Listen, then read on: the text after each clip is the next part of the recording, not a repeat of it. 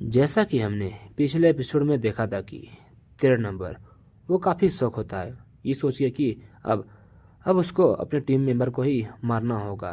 लेकिन वो देखता है कि उसके टीम मेंबर तो उस नियम को सुन के उनको ज़रा से भी फिक्र नहीं होती। वो तो अपने ही मस्ती में मगन होते हैं।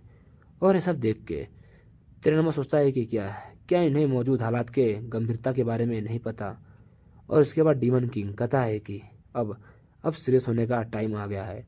और डीमन किंग अपने पावर से उस स्टोन को तबाह करता है जिस स्टोन पे वो नियम लिखा होता है। और ये देखने के बाद 13 नंबर वो काफ़ी शौक होता है और उसके बाद डीमन किंग के साथी उन सभी नियमों को तबाह कर देते हैं जो उनके रास्ते में आते और वो आगे बढ़ते हैं। और उसके बाद जिया कहती है कि 13 नंबर तुम कैप्टन के साथ जाओ और हम लोग उन सभी लोग को आगाह करना चाहते हैं जो इन नियमों को मान के आपस में ही लड़के मर जाएंगे। और उसके बाद डीमन किंग और 13 नंबर एक साथ आगे बढ़ते हैं। लेकिन जब वो ट्रेजर के पास पहुंचते हैं तो देखते हैं कि ट्रेजर तो पहले ही किसी ने ले लिया है। और देखने के बाद दोनों काफ़ी शौक होते हैं। और उसके बाद 13 नंबर कहता है कि मुझे मुझे नहीं पता था कि आप आपके जैसा कोई और भी है। अब दोस्तों उसके आगे 13 नंबर सोचता है कि अरे ये क्या हुआ, आखिर वो ट्रेजर कौन ले गया होगा। तभी डीमन किंग कहता है कि देखो ये पैरों के निशान, लगता है कि किसी ने इस डंजन के सभी नियमों को मान के हमसे पहले यहाँ पहुँच गया और वो ट्रेजर लेके चला गया। और ये सुनने के बाद 13 नंबर कहता है कि इसका ये मतलब हुआ कि उसने उन सभी नियमों को पलक झपकते ही पूरा कर दिया। ये तो सचमुच काफ़ी स्ट्रोंग है मास्टर। और उसके बाद डीमन किंग कहता है कि चलो अब इस पैरों के निशान को पीछा करते हुए वापस चलते हैं। और वो जिन रास्तों से होके गुजरते हैं वो देखते हैं कि वहाँ के सभी नियम को किसी ने पहले ही पूरा कर दिया है।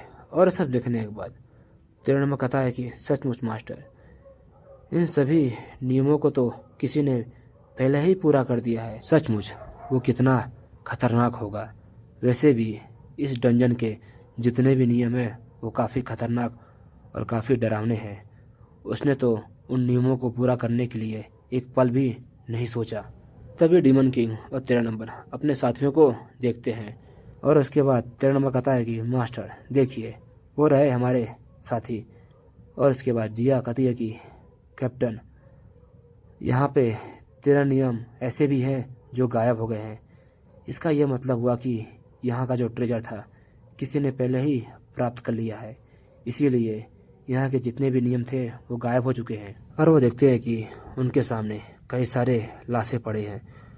और उसको देखने के बाद वो लोग कहते हैं कि लगता है कि पहले नियम को पढ़ने के बाद जो लोग फैसला नहीं कर पाए वो पीछे हट गए और वापस चले गए। लेकिन जब हम पहले नियम को पार करने वाले थे तभी तभी किसी ने इस डंजन के जितने भी नियम थे उसको पार करके उस ट्रेजर को लेके चला गया। सचमुच वो काफ़ी खतरनाक और काफ़ी स्ट्रोंग है। तभी तभी हम देखते हैं कि डीमन किंग को कुछ होता है और डीमन किंग सोचता है कि मुझे मुझे कुछ अजीब महसूस हो रहा है इस जगह से। तभी तभी 13 नंबर को याद आता है कहीं कहीं ये वो तो नहीं है जो 2 महीने बाद डीमन किंग को मारने वाला है। और उसके बाद सीन शिफ्ट होता है और हम ह्यूमन वर्ल्ड देखते हैं। और वहाँ पे कुछ लोग बात करते हैं और कहते हैं कि अब अब नया दौर आ चुका है और डीमन और इंसानों के बीच में एक बड़ी जंग चल रही है। और इसी के बीच में जो शक्तिशाली परिवार है वो सभी पावरफुल ट्रेजर को प्राप्त कर रहे हैं और उनको छुपा रहे हैं। आज से कई हजारों साल पहले जो भी पावरफुल हंटर थे वो पूर्व परिवार से आते थे। लेकिन 1000 साल पहले पूर्व परिवार कमज़ोर होने लगा और पश्चिम परिवार वो ताकतवर होने लगा। और उसी में से युवांग परिवार 7 परिवारों में से एक था। और उसी युवांग परिवार में एक हंटर था जिसने 1000 साल पहले सभी 10 ट्रेजर प्राप्त किए और डीमन टावर को सील किया था। और हमारे उसी एल्डर की वजह से आज 1000 साल बाद भी हमारा युवांग परिवार की प्रतिष्ठा और गौरव आज भी मौजूद है। लेकिन अब धीमे धीमे हमारा वर्चस्व कम होते जा रहा है, जब से लिन और ली परिवार दोनों ही आपस में मिल गए हैं। लेकिन हाल ही में ही लिन परिवार के दोनों बेटे सियाओलिन और फेंगलिन दोनों मारे गए हैं, जिसकी वजह से दोनों परिवारों में अब समझौते इतने अच्छे नहीं रहे, जिसकी वजह से मुझे लगता है कि अब हमें आगे बढ़ना होगा और हजारों साल पहले जैसा हमारा वर्चस्व था उसको वापस प्राप्त करना होगा। और दोस्तों, ये सब होयांग परिवार का एल्डर बोल रहा होता है और वहाँ पे और भी एल्डर और भी परिवार के लोग आए हुए होते हैं और वो आपस में बात करते हैं, कहते हैं कि अब हमें भी आगे बढ़ना होगा और नए हंटरों को पैदा करना होगा, जिसकी वजह से हम अपने परिवार और अपने कुल की प्रतिष्ठा को आगे बढ़ाए। और उसी में से एक एल्डर कहता है कि क्या ये सही होगा, जबकि हमें पता है अभी के हालात अच्छे नहीं हैं और डीमन और हंटरों के बीच में घमासान युद्ध चल रहा है। इसके बीच में हमें अब आपस में ही लड़ना होगा, क्या ये उचित होगा? तभी हम देखते हैं कि वहाँ पे कोई भागते हुए आता है, कहता है कि एल्डर लगता है कि हमारे दरवाजे पे कोई आया हुआ है और वो काफ़ी ताकतवर है और उसने हमारे कई लोगों को जान से मार दिया है।